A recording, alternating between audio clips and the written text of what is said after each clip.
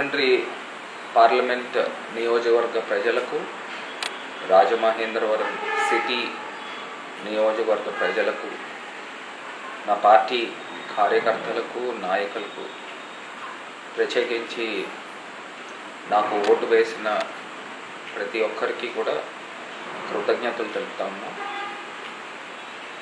Party గురించి కష్టపడిన ప్రతి కార్యకర్త అన్నకి, చెల్లెకి కూడా కృతజ్ఞతలు. మొన్న వచ్చిన కౌంటింగ్లో సుమారుగా 1,30,000 మంది ప్రజల యొక్క విశ్వాసాన్ని పొందలేకపోయానని బాధ ఉన్నప్పటికీ కూడా చాలా ఆశ్చర్యం అనిపిస్తుంది. ఎందుచేతనంటే పొద్దున్న లెగిస్తే నా రాజమండ్రి, నా ప్రజలు. నా రాజమండ్రి అంటే ఒక దేవాలయంలాగా, నా ప్రజలు నా కుటుంబంలాగా భావించారు. నా ఊరిని ఈ రకంగా తయారు చేయాలి అని ఆలోచనతో ముందుకు వెళ్ళాను. సో ఆ రకంగా చూస్తే అటు డెవలప్మెంట్లో మీకు అన్నీ తెలిసినాయే, నేను పెద్దగా కూడా ఏం చెప్పనవసరం లేదు. ఓడిపోయినన్న బాధ కన్నా నేను ఇంకా నా రాజమండ్రిని ఇంకా మార్చాలి, రాజమండ్రికి నాకు డ్రీమ్ ప్రాజెక్ట్స్ ఉన్నాయి, అవి చేయలేకపోతున్నాననే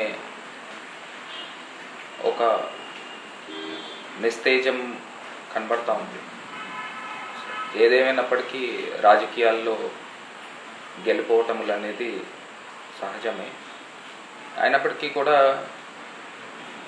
ఇంతమంది ప్రజల యొక్క విశ్వాసము ఎందుకు పొందలేకపోయినాననేది చాలా బాధ అనిపిస్తాం.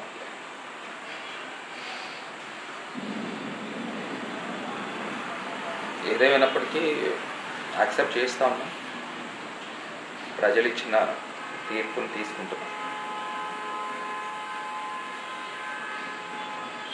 కొత్తగా ముఖ్యమంత్రిగా ప్రమాణ స్వీకారం చేయబోతున్న చంద్రబాబు నాయుడు గారికి, అదేవిధంగా పవన్ కళ్యాణ్ గారికి,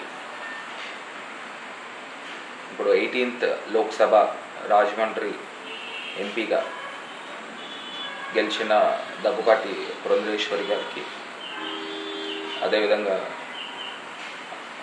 శ్రీనివాస్ గారికి, బొచ్చాయి చౌదరి గారికి, వీరందరికీ కూడా అభినందనలు తెలుపుతూ,